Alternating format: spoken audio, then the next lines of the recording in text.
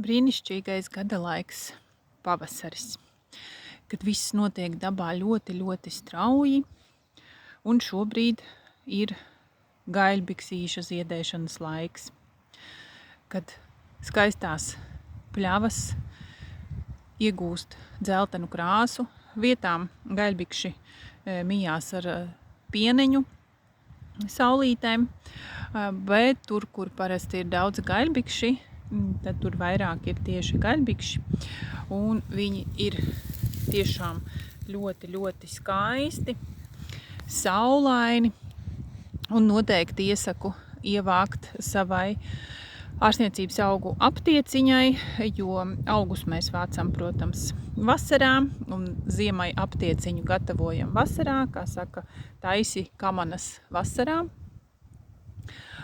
Parasti ziemā ļoti noderīga tēja, jo var dot arī bērniem, netaisam stipru. Pēc garšas ir diezgan neitrāla, nav negaršīgā tēja. Viņa var būt arī kā ikdienas tēja, kuru mēs no rīta kafijas vietā varam iedzert, tīpaši kādā pelēkā novembra dienā, kad mēs uztaisam sev skaistu stiklainu krūku, kurā peld skaistie gaļbiksīšu ziediņi. Ļoti saulaina tēja. Var lietot pie parastas augstēšanās, kā jau teicu, var dot bērniem. Palīdz arī bieži vien pie dažāda veida galvas sāpēm, tai skaitā arī migrēnas. Protams, ka migrēnas ir daudz un dažādas, un tur ir izsaucēji daudz un dažādi, bet ir praksē piemēri, ka tieši gaļbiksīšu tēja samazina šīs migrēnas lēkmes.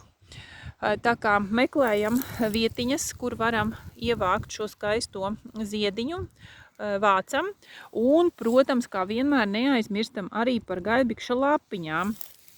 Te mēs varam redzēt skaistās gaļbikša lapiņas. Viņas jau uzreiz varam griezt arī salātos, vitamīnu augs, papildinam savus krājumus un, protams, kad savācam, varam arī sažāvēt ziemas periodam.